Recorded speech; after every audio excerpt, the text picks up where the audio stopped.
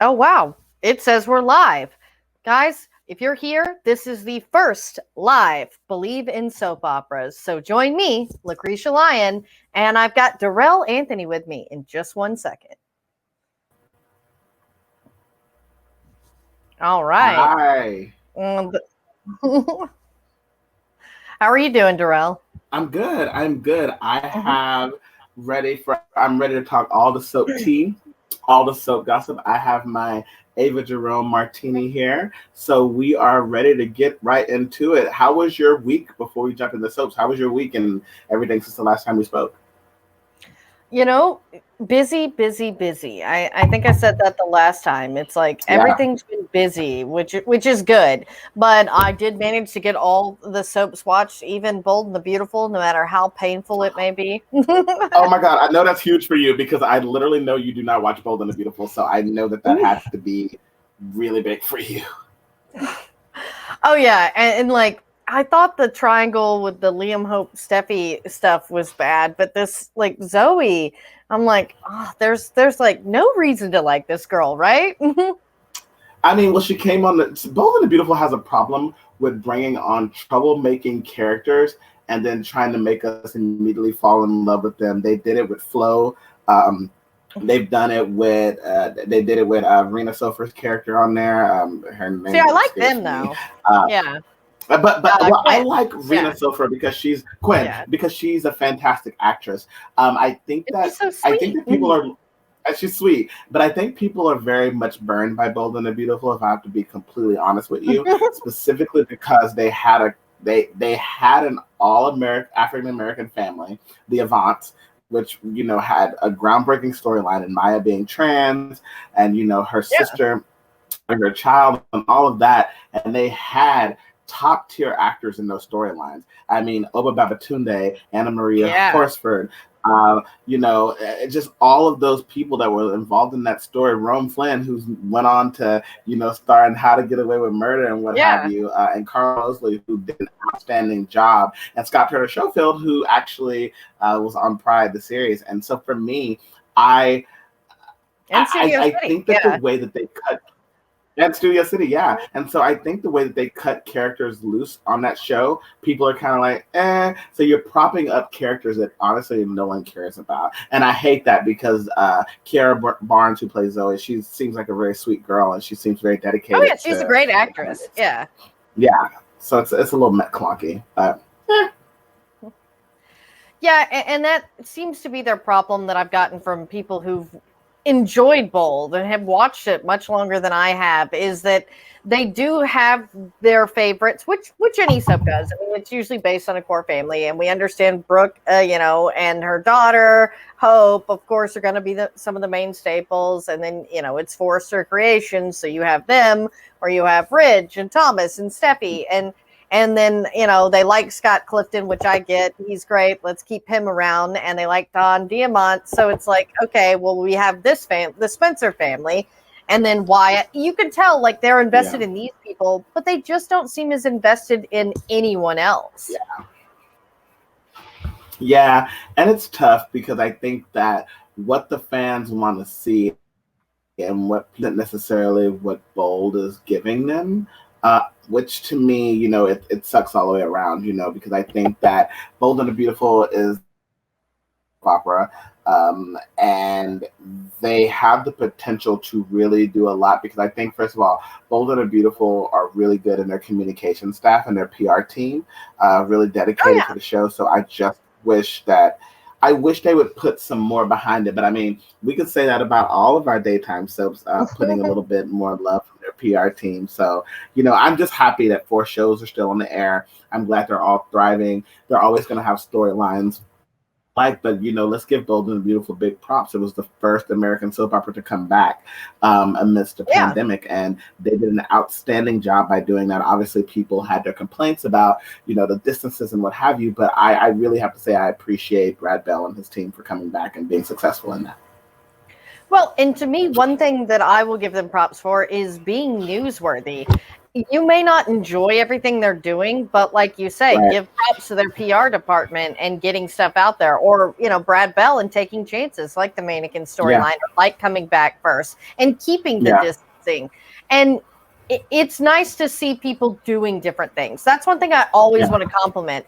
Even though today, I mean, this past week, I mean, was a little slow, even on all the soaps, even on General Hospital, which is always going to be my fave, that it's been so good. There was still a lot of stuff that I really liked. Like, I mean, I was honestly shocked when Alexis stabbed Dante with the syringe. And that's hard sometimes when you're kind of understand the predictability and you've been watching and have the patterns. But that was like way out of left field. And you're like, okay, cool. They can still surprise me. Well, what we love about that, and you and I talked about this the last time we got together, is that the show does so good with their spoilers, right? They don't really tell you what's going on. I remember the spoiler for that day. I believe it was like Alexis and Sam go to General Hospital or something like that. Like it was very generic. Very vague. I think what's so great, very vague. Like today, it was just like, and which we'll get into. It was like Valentine has a discussion with Carly. And it's just like, oh, you don't really know what's going on. And, we didn't know that the Nina and Nell storyline was going to come to not a close, but, where it's at now. I'm so excited. The possibilities are endless of what's going to happen. Yeah, like, I love that Mike Cassadine, man. Yes, I just said it that way. That's fine. We'll get into that later. They're so hot. But yeah, I love that they love being slapped, because like today's episode, and I know we're supposed to talk about last week's guys, but it was too good. Like today's GH was one of my favorites in the last few weeks, because Valentine, of course, gets slapped by Carly, because it was like Valentine gets heated with Carly, and then you're like, oh yeah, does he give her what for? A little bit, but in his way, where he's mostly calm and controlled. That's why I love his character. It's like all this chaos goes on around him, and he is always the smartest person in the room. And that's why, and we'll talk about it more later, of course, when he threw her under the bus last week, I was like, swoon. Probably the wrong reaction, right?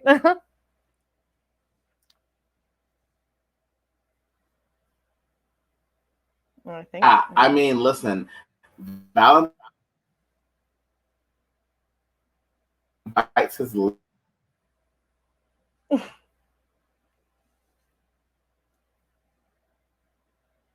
We're having a little Wi-Fi problem there.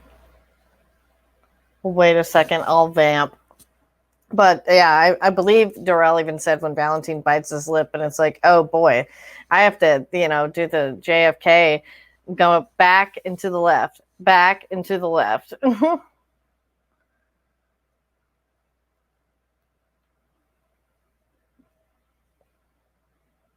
All right. There we go. Yes. All right. Yeah.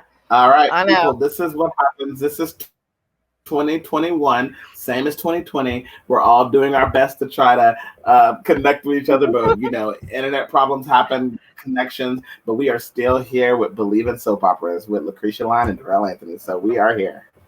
Yep. Yeah. Yeah, guys. Like, this is how things work. The in and out on the Zoom calls, or this is a completely different platform, because Zoom has too many people. So yeah, it was fun. I was vamping because I believe you said, and of course this is where my brain went. Like when you're like, when Valentine bites his lower lip. Yeah.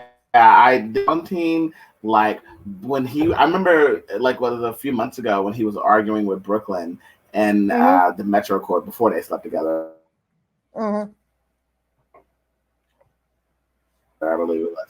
And he had this like they were going off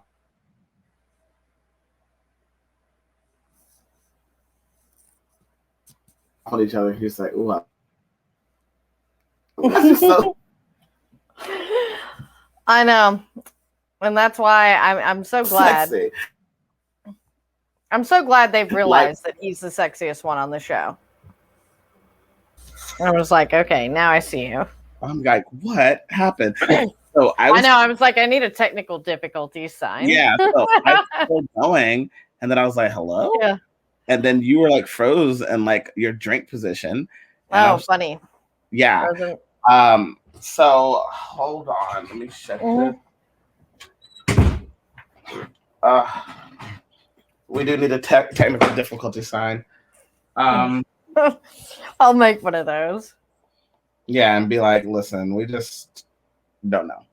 All right, people, we are back. Can you see me? Yes, I can see you. Okay, great. And I can hear you. We are in business. All right, people, we are back. And I just hate it's like all someone else is finally saying dirty things about Valentine like I do, and this is of course what happens. You already have people like saying additional things as well. Yeah, very hot. So I don't know. Oh yeah, what we're gonna do about that, but I think he's extremely hot. Oh yeah. Well, and that's what I like. We'll just get into this that they Let's finally discovered that, that's what a lot of us want. And there's Valentine's merchandise. I have to make sure I say that correctly. Yeah. On the ABC shop now, which I'd already bought the nurse's ball shirt for my birthday. But I had to, of course, immediately when I saw those pop up on Twitter, because kudos to the GH Twitter account. And I know you guys have an awful lot to deal with. Mm-hmm. So I'm sorry for those crazy people who do that. But I enjoy the Valentine's merchandise, especially since there's a mug, which you guys will see. I did order it, that says Valentine is my Valentine. And on the shirt with all the hearts, it was interesting to me to see who was on there and who wasn't. I was about to. I'm actually looking at it right now. Yeah, because I had a couple comments. All right, so I love GH. I love the show. I love being over there with them and having fun. I think the cast is extremely talented. But here's what I'm going to say: sometimes the GH's problem is they push the wrong couples. And they're pushing Nina and Jax as a couple. And I'm like, no one wants that. Then they push like I don't know, like Willow and Michael. But they don't really bother me. I don't really care, but I'm also not bothered. Right, but I think that's what I was gonna say, because as you said last week when we were talking about Peter, there's somebody for everybody, right? Yeah. Some people do like Peter. Some people do like Nina and Jax. If you take out any conversation that's gone on about the actor and their personal beliefs out of the situation. I remember when Nina and Jax first started, I personally was like, oh my God, I love this. And I think that there's a lot of people who have issues now because of the actor and the actor's personal decisions that they speak about. Yeah, and we'll delve into that definitely a little more later with soap psychology as well as some other news. Mm-hmm. And it's just interesting to me to see that they, I would assume after today's episode that they were done, just like Valentine, but who knows? I mean, I love Cynthia Watros and I really love Michelle Stafford. And to me, that first scene with her and Jax when it was Michelle as Nina was just gold. But and again, I love Cynthia, but they were never able to recreate that with Cynthia, in my opinion. Even though I honestly feel like the love scene they had, while I'm not into this couple at all, was really well directed and acted with all the restrictions in place. So you got to give credit where credit's due. And that's one of those things that I've thought people were a little mean about. But it is odd that they're still so invested that they would put them on the Valentine's shirt, as well as obvious ones like Carly, Sunny, Liz, and Franco. Because sorry guys, Frizz, they're kind of a stable couple. I would have rather have seen Nick and Ava than Nina and Jax, because I feel like at least right now they're going to be a bit longer. But it was funny to me to see that Jason and Sam were not on there. Yeah, I texted you about something this weekend. Yeah. I don't know, man. I don't know. I will say that there's a lot of shaking and twisting that's going to be happening on the General Hospital canvas in the upcoming months. I'm from just looking at it, reading the February sweep spoilers that are out there now on Soap Opera Digest. So make sure you go get yourself a copy. And seeing some of the spoilers and who they have, it's interesting. If you look on the first page of the spoilers for Silver Digest, they actually say Sunny, his story, Carly, her story, Jason, his story, Sam, her story. And normally they're in a quad, or you have Sunny, Carly together, or you haven't, and you now realize that, oh shit, all of these people are not together. They're not in the same world anymore. So I think that that's very important to like really point out that, like, hey, this is what it is moving forward. Like, I mean, this is what we're gonna have to deal with, and the stories are gonna be very vastly different. Yeah, and I actually applaud them in taking chances and not actually placating to the so-called masses. Yeah. Because let's face it, everyone who has an opinion, and this is human, you think that the majority of people believe the way that you do. But like we even said before, I can assure you guys that Peter and Maxie as a couple, Peter as a character, they have their fans. And same thing with Nina and Jax. They have their fans.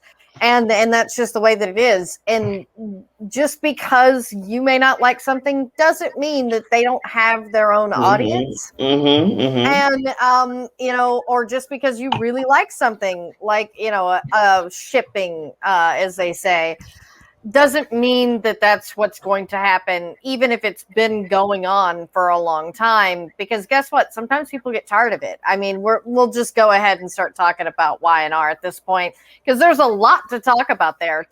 To have been slow coming back, I will say, like, Y&R has really had hit its stride when it was the Amanda storyline. I really like that. And I like the whole Devon, Elena, Nate triangle with Amanda kind of over there on her own in one sense. But yeah, that has been written so well, in my opinion, compared to, some of the triangles on the other show. But it is one of those things that you see the writing on the wall. Baby daddy. Who's the, I mean, I'll have to say that I think that they're doing well. I think that they're doing a decent job at the fact that it's harkening back to the days of Drusilla, Olivia, Malcolm, and Neil, and the situation there.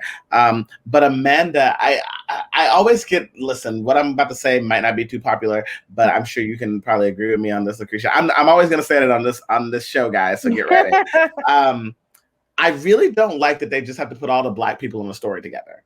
I'm sorry. Like, for me, it's very much like, okay, so why does, like, that's why I appreciated Amanda and Billy. Yes. That's why I appreciated Amanda. I'm not saying, like, it has to be interracial at all. And, of course, Black love is the best thing. I love seeing that on television. I love seeing it represented. But for me, it's like, why is it that we always have to kind of put Black people on their own island? Another thing for me, is they missed out a big opportunity having a dark-skinned representation actress with Anna on the show.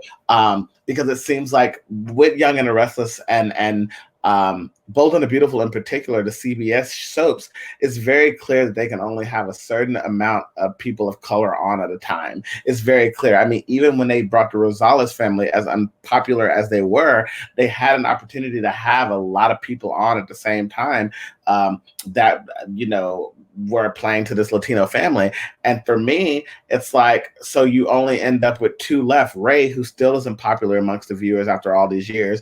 And then you have Lola, who I think I watched the episode today and she was like a cook or something. So, like, for me, Young and the Restless and Bold and the Beautiful, for me, really have a problem celebrating diversity. And it's not just people of color. If you think about it, the LGBTQ storylines on both shows, they're both terrible.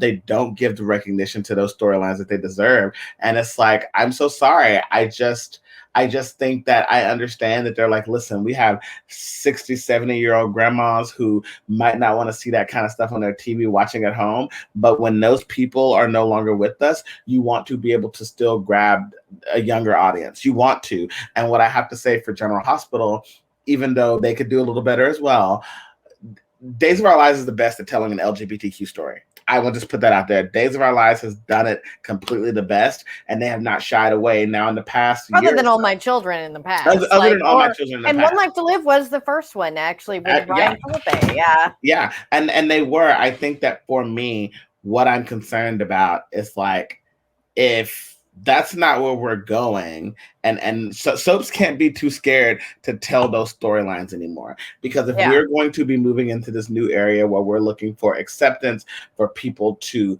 feel a part of something in XYZ, then we are going to need the soaps to step up and tell these big stories, and tell them with people of color, people who are LGBT, tell a strong woman story. Sharing story is another, Lacretia, on Young and the Restless, that for me, I'm just like, so she had cancer and it was kind of over. It was kind of like, Yeah. well, we're going to invest in Sharon Case to give her an Emmy, but then, you know what? Let's just go back to telling a story about Chance and Abby that's not really popular. Well, yeah, and this kind of all encompasses all the shakeups that are, confirmed and supposedly happening at YNR. And again, like you say, GH has really hit it out of the park, but with some of these issues, as opposed to, but again, there's precedent with the ABC soaps and the way they had done them in the past. So it's nice to see that kind of come back around. And I will give YNR credit. I mean, I'm with you. I don't know why they all have to be, ingrained with one another. They can't, because I was excited about Amanda and Billy too. But now they seem to be switching a lot around. And I feel like it's because there's more people out. I mean, it was confirmed this week that, Chance himself, Donnie Bose, is out at a YNR. But Chance and Abby is one of those things that I honestly didn't mind. I'm like, look, they got to have it. They're the Michael and Willow. Like, that's how I saw them. I'm like, look, they probably have their fans. Wow. Like, that's not my thing. Okay. I did a shade button. I did a shade button for Miss Lacretia Lyon, people. She said it here first. She compared Chance and Abby to Wonder Bread. Yep. Is that their couple name of Michael and Willow? I've heard Mildew. Yeah. Mildew. Yeah. Yeah. People are like, it literally, when they had their first love scene, someone took 2 pieces of like white bread and like put some mayonnaise between it and just kind of slapped it on each other. And I was just like, if that's not the most perfect representation, like for, and I literally said that about someone else I know that was in a relationship that was very similar. So that's pretty funny. I was like, this is the visualization I said about this other couple. It's crazy. And, I have to say, Michael ain't got that good of dick, to be honest. Like, sorry, people out there listening. I get a little vulgar. Michael is not that good in bed for women to be Sasha and Willow are both beautiful. Michael, I don't know what's going on. Adorable though, especially with the kids. But I get he's more his like haircut can go. Yeah. But for the grand scheme of things, I think that everybody has their life. But going back to Chance, I want to hear your thoughts on Chance and that whole situation. Well, it is one of those things that I didn't necessarily agree with people that Justin was a better Chance than Donnie. I will give credit. Donnie was a good actor, and he was a good fit for what we know of as Chance. So, all that aside, and like you said, it may have to do, but with beliefs or whatever behind the scenes. But as far as I know, based on what he had initially put on Instagram, is that it doesn't look like it's a personal thing. They got rid of several people. So that's why I was kind of wondering, because I felt like YNR was in a weird spot where it's like things were going way one way. And that was sort of in the beginning when they started taping again. And then they switched it back. And then it's going way another way now, or sometimes the same direction, like with Sharon and Adam, for example. And that to me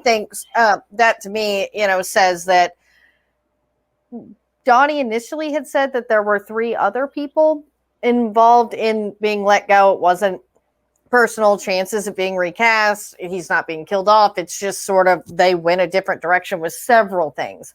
But then that was sort of changed. So I don't know if there's any truth to that. But it is interesting to me to see that I do feel like they are going to get smaller, certainly with their diversity and their LGBTQ community, because I could see the people that they're kind of writing out at this point being Ray and Lola, because again, they never really sat well with me either. And it was just because they didn't have a lot going on or anything that I was necessarily interested in. To me, I actually see Lola more like the Willow character, where it's like, is she a good girl? Is she an adult? Like they don't really have a defined character for her. And with Theo gone and with Kyle and Summer together, let's not break them up again, for Christ's sake. Theo's on his way back.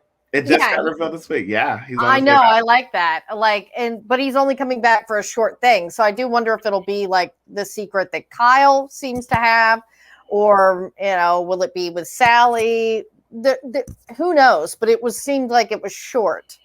Yeah, listen. So here's what I'll say about Donnie coming out talking about. So Donnie's from Texas, as am I, as is Lacretia. Mhm.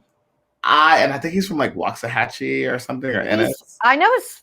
Never mind. I wouldn't give personal information. It's the Dallas suburb. I can say I have family there. So the reason, so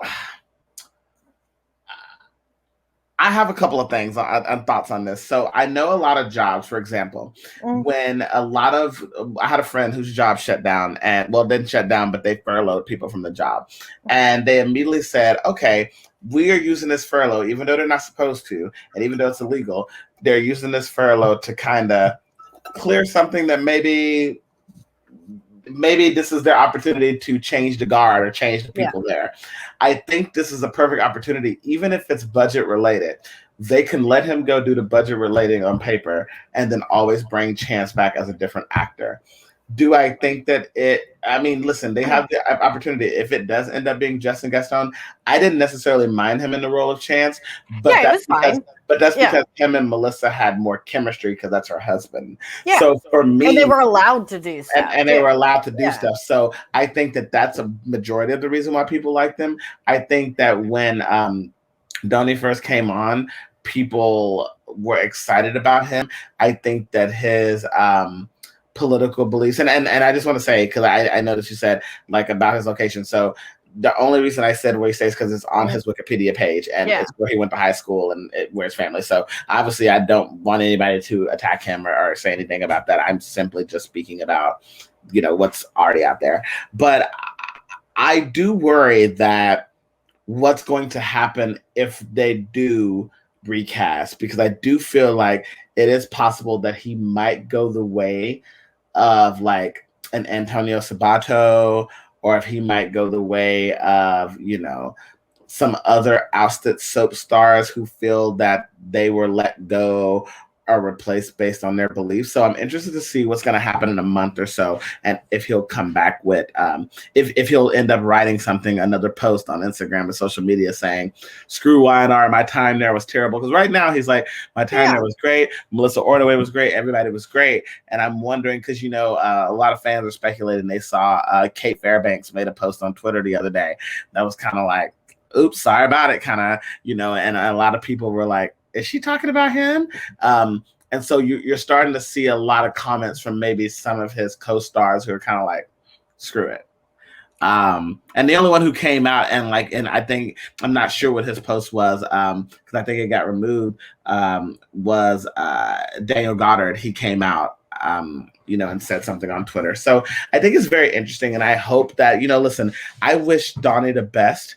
I think that he had a lot going for him and he had a lot riding against him. And unfortunately, we live in a day and age of social media where anything you say and do can be used against you in the court of fans. And a court of public opinion, really. And people can say what they want if you state your beliefs and it doesn't line up to someone else. Unfortunately, it's the same way the other way around. There's a lot of people who don't agree with a lot more liberal soap stars that are on Twitter and speaking about liberal things, even though a lot of it is human rights, and that's telling of the people who don't agree with them. But I mean, it's the same thing. I mean, there are some soap women who have spoken out and said that it's a woman's body, abortion. I believe in that.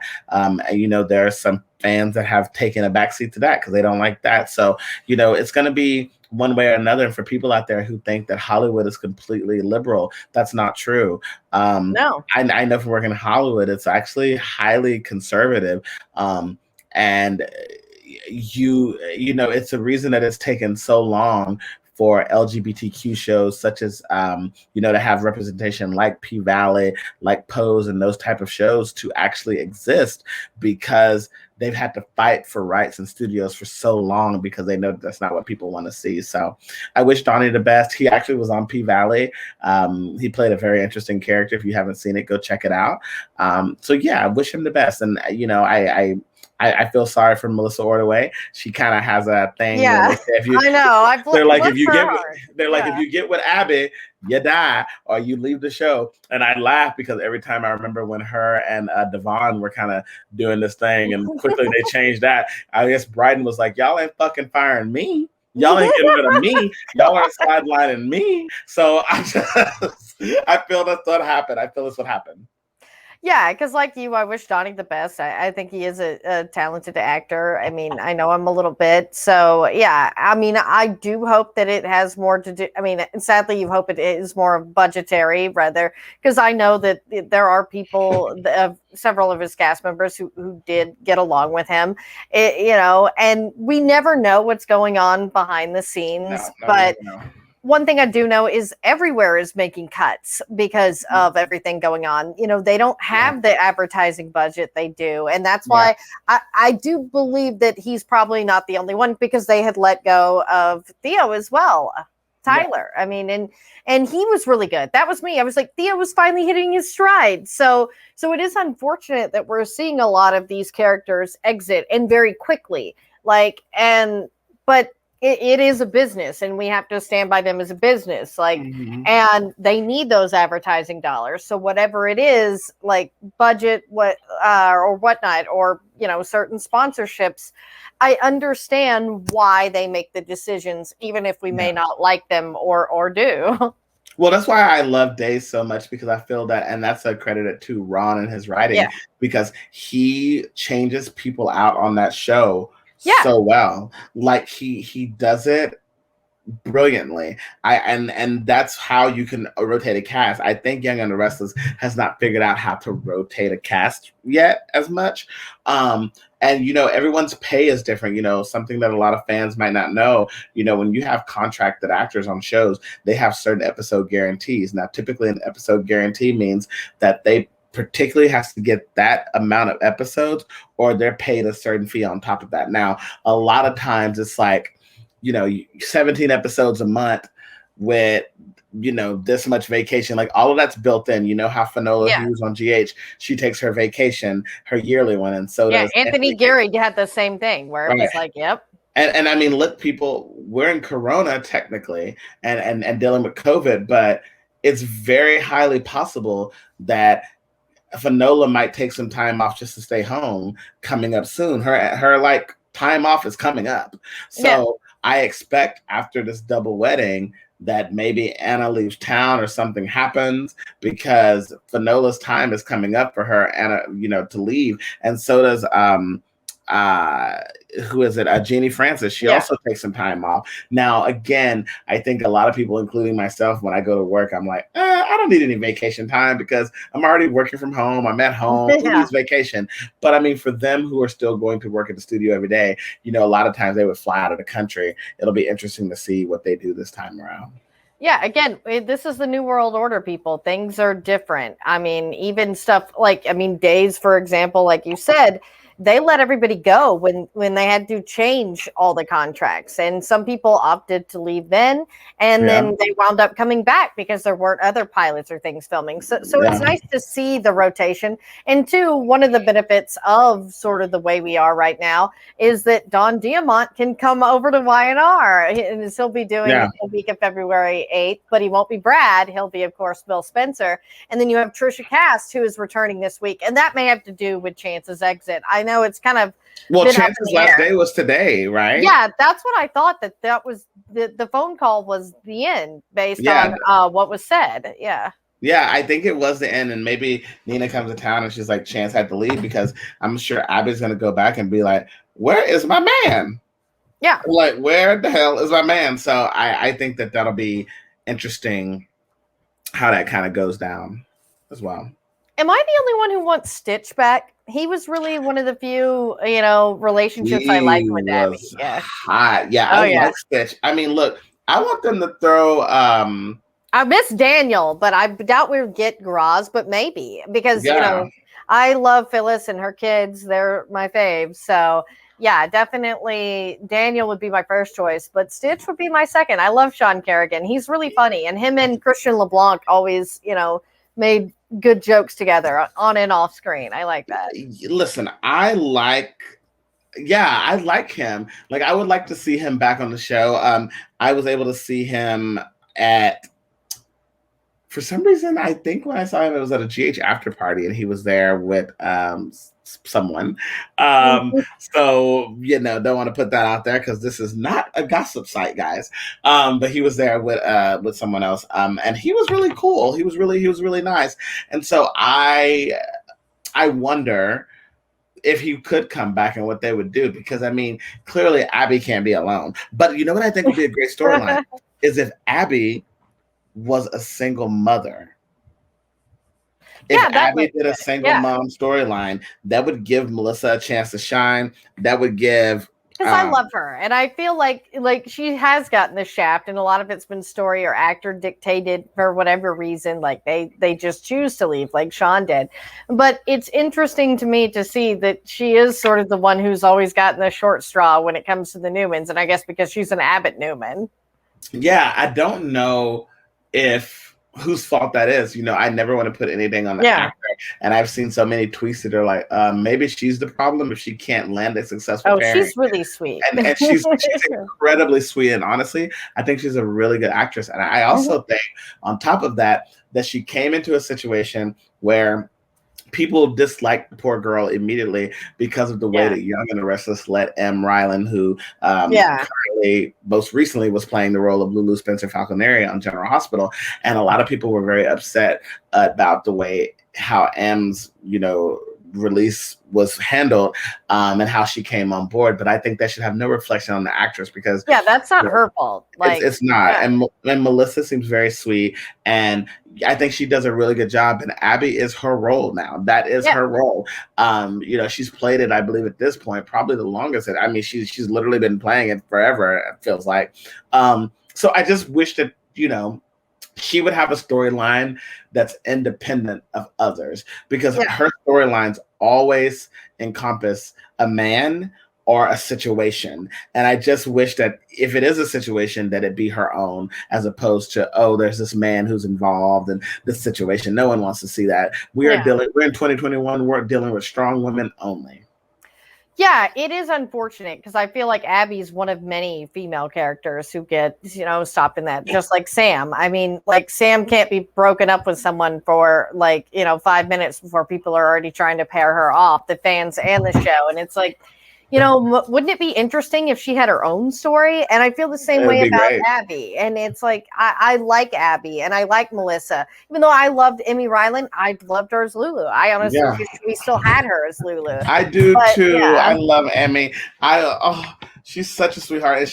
And honestly, I don't know if people notice about Emmy, but Emmy is funny as fuck. Yeah. Like when we were doing the nurses ball, and Emmy, she was actually pregnant at the time. With the big dress. With the big pink dress on.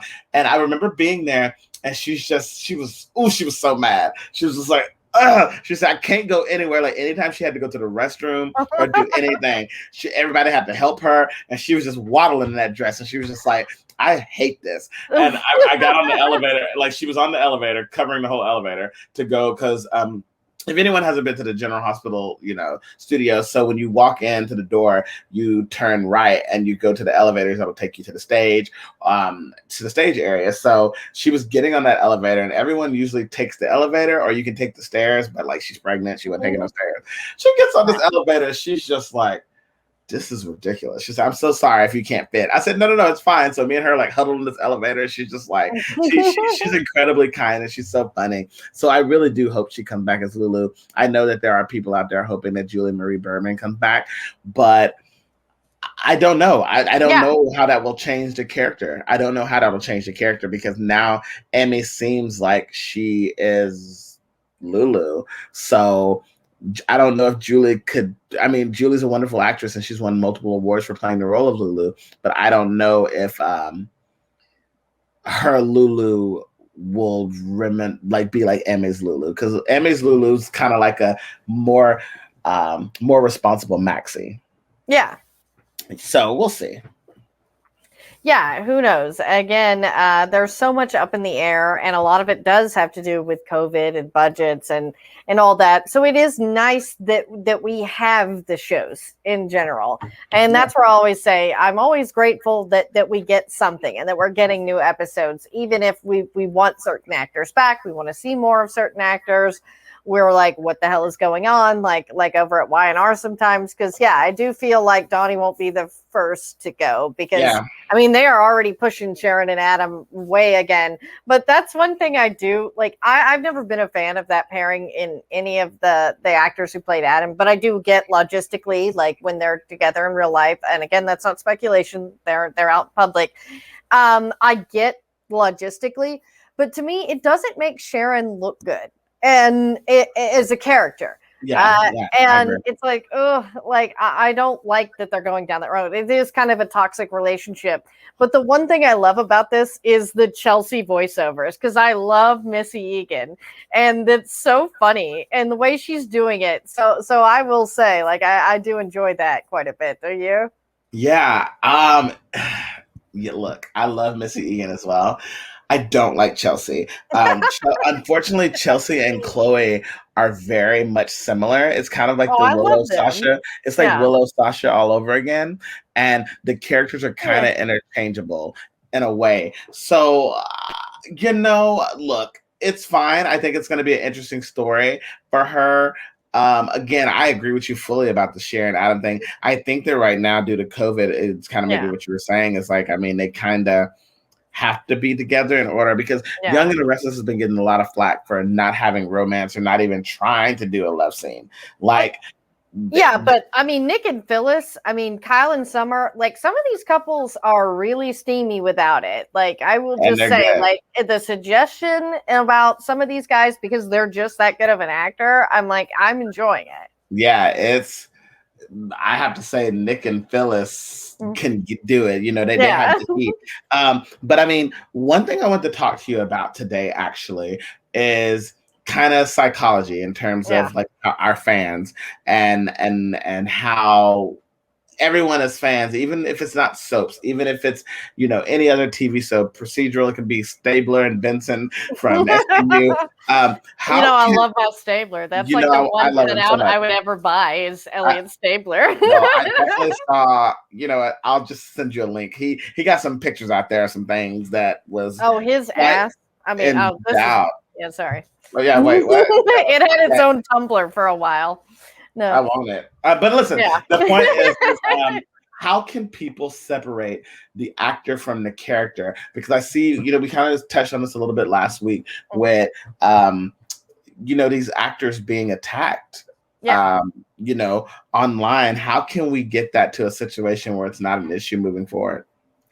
Yeah, and that's what's interesting to me and why I wanted to start doing this segment because I do have a master's degree in psychology and mine was sports focused, which, is a lot of narcissism and why that Yeah. subject interests me. And that is one of the many problems that plague social media. And it's always interesting to sort of look into it a little bit. But this is more like the situation of people not understanding, even though you see this person play this character every day, and you really start to graft on the character to the actor or vice versa. Because like we were talking about, people may not agree with Donnie or Ingo's political beliefs. So therefore they hate the character and they hate and they start grafting that on, even though I would say like their characters don't have anything to do with that, and they're gifted actors. To me, actually, I would love to give Ingo some credit. Today, he was very good on GH, and I mean, I've never been that big of a Jax fan, unless you're talking about Jerry. But yeah, like I can sit there and I can separate You that. like I bad mean, boys. I've noticed that yeah. about you. Oh You like yeah. bad boys. If they're bad, you're with it. Oh yeah, because I mean, I was in love with Todd Manning when I was a little girl, so I like him really bad. Or as I say, Nick and Valentine. I mean, honestly, not just because of the way he looks. And listen, I worked with Robert, him too, but Yeah. Wilson on All My Children reboot. But listen, Robert, if you're watching this, I'm so sorry, but he is. And when he was a necktie killer, I was like, choke me. choke me with the necktie and let's do this. He honestly, dude, same. I went back and watched that, even though I'm a Newsdays viewer. Yeah, I'm just like, why are you so fine? And like, why you like? How many packs do you got? You don't even have a 6-pack. You have like an 8-pack. Like, well, I can't. But go ahead. Sorry, I got lost talking about how fine he was. Yeah, I will say, Robert Scott Wilson. I hope you're not watching because we're about to objectify you big time. I normally like guys much older than me, hence Valentine or Franco, formerly Todd Manning, of course, Roger. Yeah, but he's close to my age, and I'm still like, yes, I love me some Ben Weston. he can get it, and I'm just like, but. I'm just like, make sure you have a necktie. I don't know. We'll have to see. No, I agree about the psychology and what you were saying, Lacretia. Because I don't think, and I think, the good thing about the writers is they make sure for the character not to have any of the feelings that the actor might have. I don't know if you remember back when it was on the air, One Life to Live had a situation with Carlotta, the original actress who played the role. There was a gay storyline with Patricia Merceri, and she didn't want to do it, and they recast the role with Sandra Santiago, and she expressed her beliefs, and they replaced her. And clearly, the beliefs of Ingo Rademacher and the beliefs of Melissa Reeves were not that strong in order for the show to replace him in the beginning, because Melissa's character, Jennifer, has always been positive when it comes to Will, who plays her nephew on the show, and his relationship with Sonny. So, I think if Melissa would have felt very, very completely strongly about homosexuality, I feel like she would have maybe, said, I absolutely can't do this scene, blah, blah. So I do give them that credit, but I don't give them all that credit, because at the end of the day, praising people for bad behavior is what got us in the situation in 2016 where we got a reality show president. So I have to be very careful. I think as an actor, I think you should speak out for what's right. But you should be careful in the way you're speaking. Like a lot of actors, if an actor tweets out and they said, I don't understand Black Lives Matter, can you explain that to me? So that's human. That's human. If you tweet out Black Lives Matter is not important to me, or there's no such thing as racism, and I couldn't possibly be racist because my wife is Hawaiian and has Black in her, then that's just ignorance, and you're opening yourself up to getting your ass handed to you. And so I don't feel sorry for Ingo in that regard, because he has not at one point said, can somebody talk to me and explain to me why this is? Why has he not went down the hallway to his colleague Donnell Turner, who he works with? Why has he not asked Brianna Nicole Henry? Why has he not asked Brooke Kerr? Why has he not asked any actor who he works with how they feel? Maurice Bernard is Latino. Like, maybe reach out to people with experiences and listen.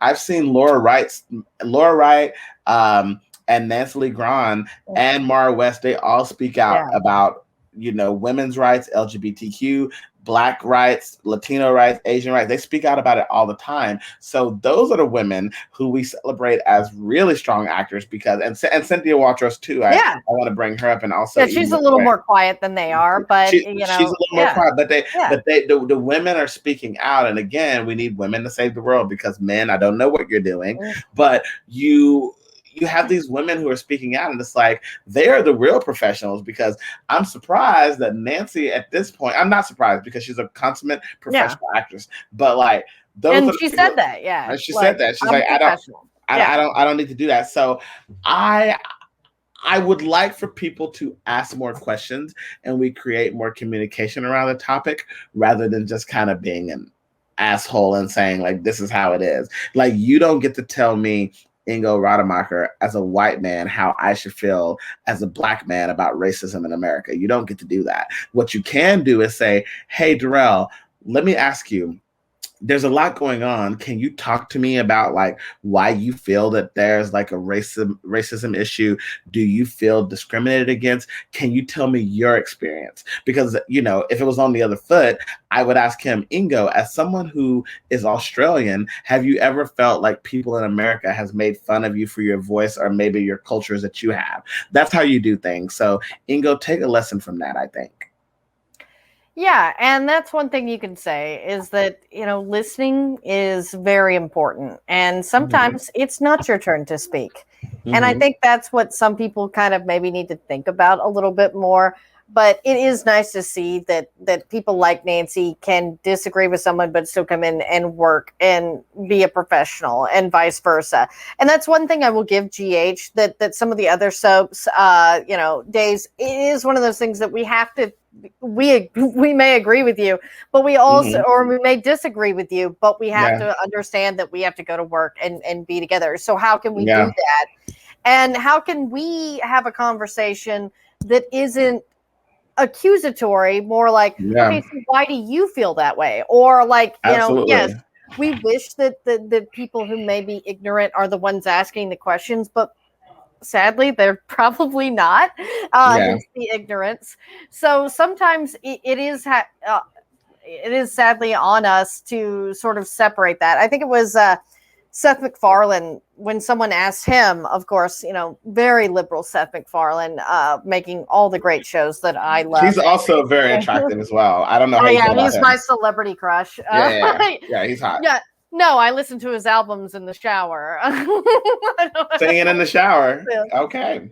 But yeah, so he said, someone asked him how he could watch Charlton Heston's movies, and he's like, "Are you kidding? We may disagree on stuff, but he's an actor, and I enjoy his work, so like that doesn't really matter to me, and in the enjoyment of things." So that's why these people may have views that you adamantly disagree with, but don't let it Mhm. ruin your show for you. Like Yeah. to me, this is more about you. It's like, unfortunately, there are plenty of people out there that don't have the same beliefs you do, and we have to separate the character from the actor. Or you may have met them and you didn't like them, but guess what? If they're still a great actor and they're still in your favorite show, don't let that change your view on what you're watching. And I said that to you the last time Yeah, we spoke, Lucretia, about Ingo specifically.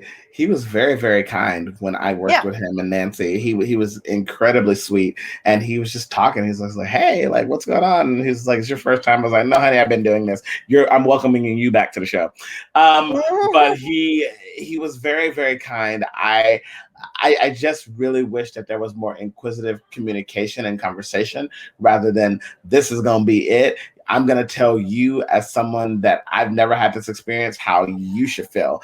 And I think that, and Ingo, listen, if you want to come on Believe in Soaps with Lacretia Lyon and Dorell Anthony, we would love to talk to you because I think that your fans need you, to kind of speak out, and people who want to fight for you and people like myself who had a really great working experience with you just want to have a conversation. And I think that it could be very, very good to have that conversation.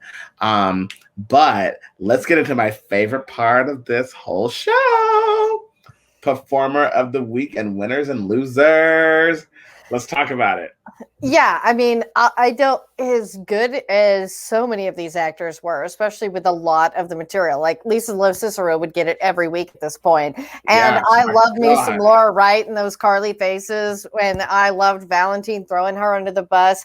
But I got to give my performer of the week to Days Lindsay Arnold as Allie, because they, unfortunately, for a lot of us, but it was a good scene. So good for her. This is her Emmy reel, like recreated the rape with Charlie. And with Marlena using her hypnosis, trying to get to this, Mhm. unfortunate realization, but it was just done so well. I liked that. I have to say the same. I actually didn't mind the recreation of the scene. I thought Yeah. it was going to bother me, and I tell you, like, I don't like seeing rape and stuff like that. Like, it really like affects me in the point of like, like the Sierra when she was with Chase and on the Horton couch and he was over her. Like, I didn't like seeing that, and so for me, with Allie, what I liked about it was, you saw this girl who had so much power in the beginning of the scene. And she was just like, oh, I'm taking this man back, at the time it was Trip, to my place. And, I've been out dancing and partying and drinking. And then, when Mike Manning came in as Charlie, who I do also want to give props to Mike Manning. Yeah, he's a good actor. He's a Yeah. really good actor. He also can get it. Call me. Um, he, went into the room and you saw the strength of the character shift. You originally had Allie, who was kind of the dominator in the scene, and Lucas was playing Trip. He had it more of submissive in the scene. And then when you switched it, you saw Allie go from very dominant to submissive. And then you saw Charlie rise above her. And I don't think rape should be used as a device on soap operas or television at all. But I think the latter half of this story being told has been very, very good. I think the beginning was very, very messy. But if you think about it, Lacretia, that's kind of how it has happened in real life for a lot of people. Yeah, sometimes it's messy. people feel like, hey, this is my last memory. This is the person who I feel attacked me or violated me. This is what I have to speak about.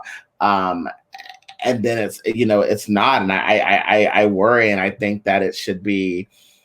It's interesting. It's very, very interesting. So that was a tough story to tell. I mean, unfortunately, Cell is part of the business, but it's one of those things that I feel like everybody involved performed very well and did the best of a bad situation. And to me, it wasn't written poorly. So that's one thing I get. People may not like it. I mean, it's kind of hard to like certain things about it, but at the same time, it was very real, and it was written in a way where, to me, Allie was never the bad guy. Allie was never really wrong.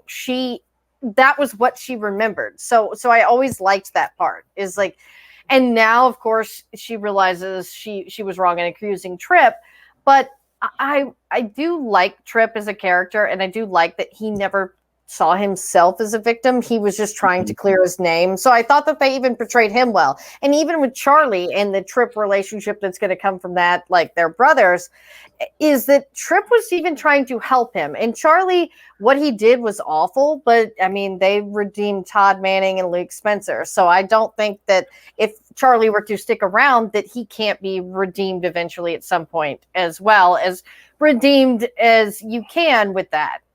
Yeah, I mean, I hear all of that. I think what people were most upset about in the storyline as a whole is because it was so Allie came to town. She didn't really know the dad, because I think the fans feel that the writers didn't know the story because she just never talked about the dad. And I think the fans felt like, oh, I felt like it was set up from the beginning, though. I do too. Yeah. I do too. But that doesn't stop those group of fans out there who feel that the story seemed kind of rushed and thrown together, because it was like, oh, it's going to be Trip when he comes back, and it's going to be like they were dating, and Trip comes back and he starts to get with Claire, and then that doesn't work because and then Claire and Allie become the new Sierra and Claire fighting over a man and blah blah. So they turned the story on its head. I was glad to see. I really wish that we could have gotten Allison Sweeney back earlier on, because of the rape that happened to Sammy early on in her life. And at least they referenced it. And, they referenced it, and at least Allie got to call in, and she's been back at the show now for a little bit. So that hopefully will end up being good. But I think Mike Manning is great, so I also want to give Performer of the Week for him as well, because it takes two to tango, and him and Lindsay Arnold have done well. I did read something. Mike cares so much about this character. He had a scene with Isabel Durant, who plays Claire, and he said that after they finished, they were both crying and hugging each other in the interrogation room. Like, I'm so sorry, when they had their big showdown when he was first arrested. And I just think that it's so good to see, and refreshing to see, these young characters care so much. These young actors care so much about their characters. And I really love to see it. Well, it's just like Eden McCoy. All the research she does for Jocelyn is so great to see. And you can tell, like with William Lipton and Cindy Michaela, all these really young actors. And that's why I know some people, I much love the 40 plus as well, because that's sort of my man range. But I like when it's multi-generational stories, and when you have these great younger actors that can sell it, like Mike and like Lindsay. It's so nice to see. And like you say, sometimes and even I was proven wrong, like with the Nell parentage in the beginning, being Frank Benson. I asked Chloe herself, was that just kind of thrown in? Did they have a different, because it was kind of clunky in the beginning with the Nell character as it is now. And she's like, No, it was always supposed to be Frank Benson was Nell's dad. Like that was the connection. So sometimes we're wrong, and sometimes we may think things aren't laid out, but they are. They are And in he that and he soap ended up Bible. not even Yeah. being her dad. Like, Yeah. like we're at a point where, Frank Benson wasn't her dad. And I actually like that Nell and Nina were Yeah. It fits. It Yeah. worked because they look alike. And not just that, but the last act that Nina had with Nell was very heartbreaking. And Yeah. so I personally don't mind it. I think it's great. I see some people out there today like it should have been Willow. And I'm like, you know No. what kills me about you fans? And I'm going to say it. Yeah. And again, this is not going to be popular. And I'm shaking my finger at all of you guys. You like something until you don't. Yeah. Like, at what point did y'all start liking Willow? At what point did y'all start liking M. Rylan as Lulu? Why do y'all have all these things out here talking about, we're so sorry, bring M. Rylan back. She is Lulu, the only Lulu. Yeah, I was championing her. I always liked her. I never blamed her. Like, and now I just I'm don't looking point at that some out, of these guys. people, and I'm looking at some of these people who are they're the same people who, when she got hired, and all through her years on GH was like, replace her, bring back Julie Marie. She's the real Lulu. This is I definitely got them. So I want you soap fans to know Twitter never forgets. So don't be out here talking about we only love this person, and no, don't do that. When Victoria Konefal, that's another, when she first started at Sierra, y'all were so happy that Vivian Giovanni was gone because of her acting style. A few episodes in, and y'all saw Victoria was going to wear what she wanted to wear, and she was going to look sickening, because you do look good, girl. Your body looks great. So she's sexy. Very pretty. You better get it. They immediately got mad. We should have brought back the original Sierra, Lauren Bowles, and have it be it. It's like, y'all cannot have your cake and eat it too, so man. Y'all do not get to do this. So I'm gonna start calling y'all out, because some of y'all be over here talking about that's how we feel. We love that. No, you don't. Like, and I don't like it. Like, they've been doing it with Isabel Durant. A lot of them are like, I think she's great, but I love Olivia too. Like, I guys, love sometimes Olivia. that happens. Like, get over it. And I'm with you. The cognitive dissonance of soap fans, or just like sometimes the hypocrisy. It's like, and I am definitely against talking about women's appearance, but you want to say some stuff about guys too, guys? Oh my God, calling Dante short, or my new Nicholas that I love so much, dainty, and it's like, do y'all not know what a real man looks like? I mean, I'm sorry. They say to him, they say that he doesn't have a six-pack like the other Nicholas. He doesn't have tattoos like the other Nicholas. I was like, okay, I like that he doesn't have tattoos, and he looks great. I think he looks real great. He also can get it. So it's these characters, with a lot of the soaps, like soap fans forget, they're like, oh, this is how we want it to be. And I'm like, yeah, but you didn't like that character like that in the beginning. So let's watch that. Yeah, and it's fine if you want to be like, I used to think this, but now I think this. Just own it. But let's not pretend that you didn't say that. Like, we got the receipts. Own it. So and Wendy Williams up in here. How you doing? And with that said, we definitely need to talk about the winners and losers of the week, because there's been so many winners. Like, I tell you, I do want to give a shout out. It was a hard week. Yeah, it was a hard week, but I want to give a shout out to the entire soap acting community, because you guys are doing the hardest work of your entire lives right now, filming in COVID. The amount of tests you have to take per day, per week, per month, how many times you have to get, it's absolutely insane. So all of you are winners in my eyes, because you guys do the hard work every day, and we really appreciate that. But of course, there can only be some real winners of the week. So for me, winner of the week was Olivia on General Hospital and Abby on Days of Our Lives. See, I was curious because, like, I agree with Abby, like, punching Gwen in the face. Like, she gave her a real shiner, and that was funny. And I love me some Marcy Miller, and I love Gwen, too. And the way that they play off each other, I like that they're sisters. And it looks like there's a lot to unpack here coming. But with Olivia, I mean, Lisa LoCicero will be Performer of the Week every week she's in for me, and I love me some Olivia. But, I mean, that drunken slut, that murderous bitch, she was her son and slept with her husband. So I'm curious as to why you picked a winner.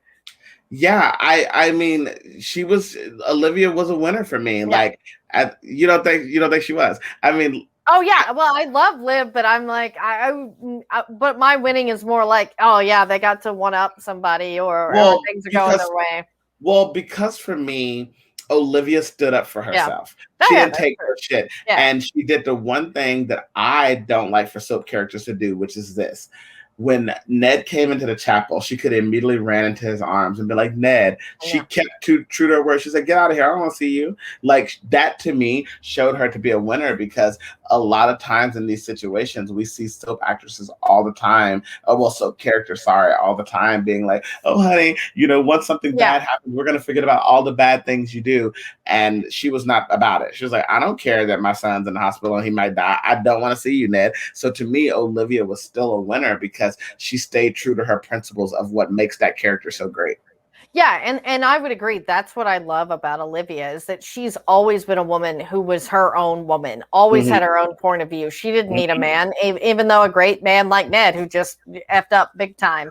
But on the winning Lisa moment, she got to share those scenes with Robert Scorpio. I know how much Kristen Rogers is her James Patrick Stewart. So yeah, she loves him. yeah. He's very attractive as well. I think he's very good. I'm interested to see where they go with that. I think the forefront, having Wally, Lisa, and Tristan in the forefront of the show, and a triangle is going to be really, really good. And at least let's not forget, Holly is out there somewhere, so Emma Sam will be back, and you also have Jackie Templeton in town, and obviously she might be in the Finn. I almost called him Silas, my God, but she might be in the Finn storyline right now. But I think eventually we'll see that turn into something else. Yeah, I am curious as to where they're going to go with all those characters, because there's so many options, and it's nice to have that. And I love the chemistry between Olivia and Robert, but I am curious to see a triangle with Jackie, Robert, and Finn. So that's something, because I want Anna with Valentine, because he needs, Nina. Sorry, that's over. I would like to see a Nina, Valentine, Anna situation as well, which is where they should have went. But I think that they were so committed to telling the story with Michelle Stafford's Nina in the role that they kind of just kept it. And I think that Cynthia is great, and I think she does have chemistry, but I believe Cynthia's chemistry with James Patrick Stewart more than anybody, so I think that Jax is just very daunting at this point, and it's just like, let's just put everybody out of their misery with this and end this. I actually hope that we get Nina out of that whole orbit, and that maybe there's a reason that Phyllis Caulfield was Sonny's nurse too, and that maybe Nina finds out about Sonny and keeps that from Carly, and then her and Sonny hook up, because I would way rather see that than a Nina Valentine redux. I want him to move on. I mean, it's like Chase. I don't want to see Chase and Willow again. Put the hotties with other people. Let's let them move on. Well, I actually don't want Nina to hook up with Sonny, and and the only reason, because of the reason, I would really dislike her character, because to be honest, if Nina slept with Sonny, sorry guys, it's martinis. But if she slept with him, that's rape with deception. And I think that people would see, because if she knows who he is and he doesn't know who he is, and she ends up sleeping with him, that is rape by deception. And that's like Liz and Jake. It's like Liz and Jake, also very much like, who she thought he was. Well, whatever. But like the same thing. And just like Ryan and Ava with that situation. So, also, you have Abby and Stefan on Days of Our Lives. So you have situations that are rape by deception that, a lot of smart people who they see that. And, the thing about that is rape by deception is a real thing that has happened to people in real life. So I wouldn't want to see that. I would want to see her keep Carly and him apart. I do want that. That'll be funny. I'm sorry. And if his memory comes back and he falls for Nina, then that could be fun. Because listen, you don't get to be a woman on General Hospital and not have some kind of interaction with Sonny Corinthos. Yeah, it's just unheard of. It's a rite of passage. Everybody got to kind of be like, You want me? You want me? Maybe. I don't know. Even So my girl Ava banged him on the crypt of the yeah, AJ's grave. she had to get some. She got a whole baby, which I Yeah. still think is Morgan's. So I know, we all do. And it's funny that they've never kind of redone that because so many people kind of feel like that's something Carly would do. But yeah, speaking of that, my winners, of course, are Ava and Valentine, and not just because they're always my favorite characters, but because Valentine got to be so right about Jax and the faces he was making versus Laura Wright's Carly's faces is like, oh God, and him just throwing her under the bus. And then in the Ava of it all, Nicholas proposing, Nicholas actually being this prince, her being the person. To me, each guy got their comeuppance this week that should have, and they got to sit there and revel in it, and good for them because those are characters that I really enjoy because they're so good at being bad, but they can also really be good, and this was a little bit of both this week, so I liked that. Yeah, I agree with that. I think that that's a very fair assessment on that. I think that those are very good characters. I think that the losers, however, Alexis and Carly both did lose, but for me, yeah. Ned and Charlie as well. So let's unpack this. So I'll let you go first and talk about your losers of the week. Yeah, because I picked Alexis and Carly because and I enjoy Carly, but I do love watching her lose, especially when it's my Cassadine men throwing her under the bus, and then Ava too, because of how crappy she was to Ava, and to see even Michael be genuine to Ava and be like, yeah, thank you, like for bringing Avery. And I loved that scene with Chad and little Avery, by the way, like they're so cute. But yeah, it was funny that Charlie's kids, Joss was giving Ava the necklace back, Avery saying it's her necklace to everybody, and then Michael just telling the truth. So all of her kids were the ones throwing her under the bus unwittingly, and then Valentine is just driving it. It's like, oh yes, and delicious. He's smiling hard. Yeah, I love JPS in those stories when he does those, and he's just kind of standing back and doing that little side smirk. I'm like, you are so fine. I loved it, and I loved that it was Carly's children who threw under the bus. And I mean, listen, General Hospital fans have asked for a very long time for the characters of Carly, Sonny, Sam, and Jason to be brought down a peg, and they're all been brought down. That each of those characters are kind of in a lower place than they were a year ago. So I have to say, congrats to the writers on that. My losers were Ned for obvious reasons. Same with Alexis. It's like, where are you going to go from there? You're at rock bottom. Rock bottom, and more coming. And then, of course, Charlie. Charlie is a loser of the week because he's a freaking loser in general, like for what he did to Allie. But also, what I have to say into comparison about Mike Manning's portrayal of the role is, you really do see the little lost boy inside. Yeah. And you also see that with Emily O'Brien as Gwen. And Charlie had a scene this past week that I thought was really interesting. And they sat down together and had a conversation. And you saw two lost souls who've been just kind of kicked around, have done some horrible, some unforgivable things. You found them in a place where you almost were like, wow, y'all have a lot of hurt, which caused you to do the things that you did. So who knows what's going to happen in the future with that? I could see them running to town. I could also see Charlie getting killed off the show. Days of Our Lives is doing a big murder mystery coming up. I'm assuming it's going to be Charlie. I'm assuming it's not going to be anybody but him. But, soaps have been surprising us. So it could be anybody, including Linda Dano coming on as Vivian. We could have Vivian killed off for the 100th time. We don't know. She just faked her death. But we just did. I mean, it's been a crazy week in soaps, though. Yeah, and that's the thing is, like, I like that they're still surprising us, even when we do read the spoilers or upcoming storylines, what's coming. We don't. It's great to think that we don't know, because it could be Charlie, it could be, like you say, Vivian, it could be Gwen. I would hate for it to be people like Gwen and Charlie, because that scene with them, like you say, that was just such a good scene, and I kind of like, ooh, what kind of havoc could they wreak?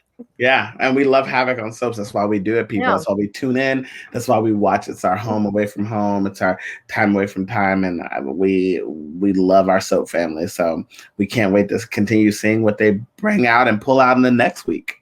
All right. So speaking of next week, we got to get on to it. So Dorell, where can they keep up the conversation with you on social media if they want to talk about soaps or whatever else? Absolutely. You can follow me on Instagram at I am Dorell Anthony and Twitter, Dorell Anthony, and also Facebook, Dorell Anthony. So I can't wait to continue talking soaps with you guys. This is always fun as ever, Lacretia. And where can they find you?